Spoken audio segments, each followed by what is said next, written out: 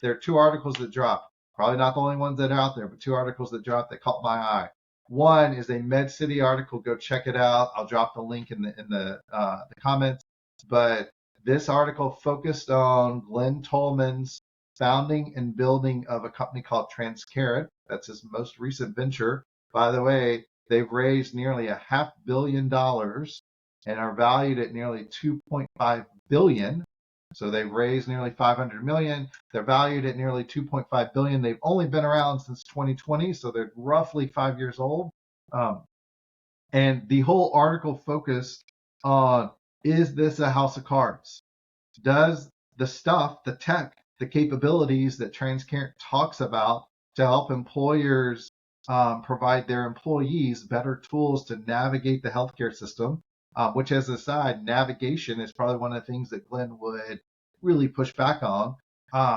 Do they really work effectively? And so as you read the article itself, it was fascinating to talk not just about his prior investments.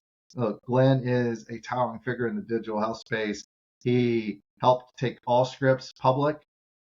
He helped build and sold Livongo for one of the largest digital health transactions at nearly $18 billion to Teladoc. And now he's raised another $500 million to build and continue to grow this company, Transcarent. Keep an eye on Transcarent. They're certainly a big name, but a couple of things that jumped out to me in the article is it talked about their tech not really being as good as they make it out to be.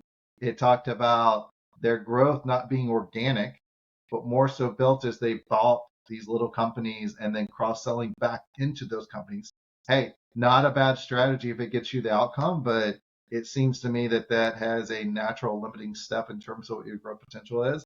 And probably the most, I think, alarming comment was that they were locked out of any number of RFPs, partly because of their perception in the industry, but partly because of how they compare to these other companies that have been competing in this space. Quantum Health, Included Health, Lantern, etc.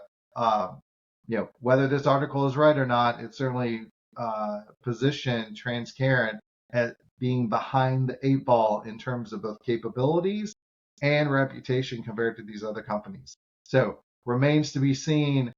Guy, Glen Tullman, hard guy to bet against, but absolutely fascinating article.